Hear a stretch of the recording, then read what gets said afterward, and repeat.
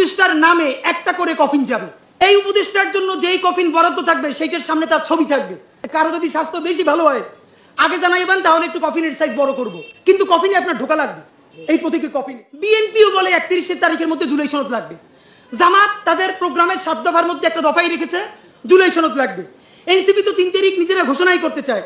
সরকারের আলী রিয়াজ সাহেবও বলে যে জুলাই সনদ 31 তারিখের মধ্যে দিতে চাই। বিএনপি চায়, জামাত চায়, এনসিপি চায়, সরকার চায়। তাহলে জুলাই সনদটা আসতেছে না কেন? জুলাই চলে যাইতেছে, জুলাই সনদের কোনো খবর নাই। কোনোভাবেই জুলাই সনদ থেকে ফোকাস সরাই ফেলা যাবে না। রাষ্ট্র বিনির্মাণে যে ইনসাফের সংগ্রাম, তা থেকে ফোকাস সরানো যাবে না। 31 তারিখের মধ্যে কিভাবে করবেন আর জানি না, কদ্দূর গেছেন তাও জানি না। যে কোনো উপায়ে আপনাকে জুলাই সনদ ঘোষণা করতেই হবে। সময় 31 জুলাই, ওই দিন ঘোষণা করলেও হবে না, মিনিমাম তার 2 দিন আগে এটাকে খসড়া ওয়েবসাইটে প্রকাশ করতে হবে। যা ইচ্ছে তাই আবার একটা এই 71-এর বাকশালী সংবিধানের মতো ন্যারেটিভ আপনি আবার প্রকাশ করে দিবেন, সেটা হবে না।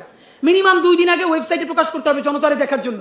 31 জুলাইয়ের মধ্যে জুলাই সনদ ঘোষণা করতে হবে। যদি না পারেন তাহলে আগামী অগস্টের 3 তারিখ, আগে ঘোষণা করেছিলাম, আজকে আবার মনে করাই দেই, অগস্টের 3 তারিখ মানে 33 জুলাই শাহবাগ থেকে দুপুর 12টায় সচিবালয়ের সর্বাত্মক ঘেরাওয়ের উদ্দেশ্যে আমরা কফিন মার্চ ঘোষণা করেছি। শুধু আপনাদেরকে কফিন মার্চের একটা আইডিয়া বলি। এই কফিন মার্চে বাংলাদেশের অগণিত শহীদ পরিবারের বাবা মা থাকবেন, চোখ হারানো, হাত পা হারানো আমাদের অন্ধপঙ্গু জুলাই যোদ্ধারা থাকবেন, হাজারো ছাত্র জনতা অংশগ্রহণ করবেন। এই সরকারের প্রত্যেক উপদেষ্টার নামে একটা করে কফিন যাবে।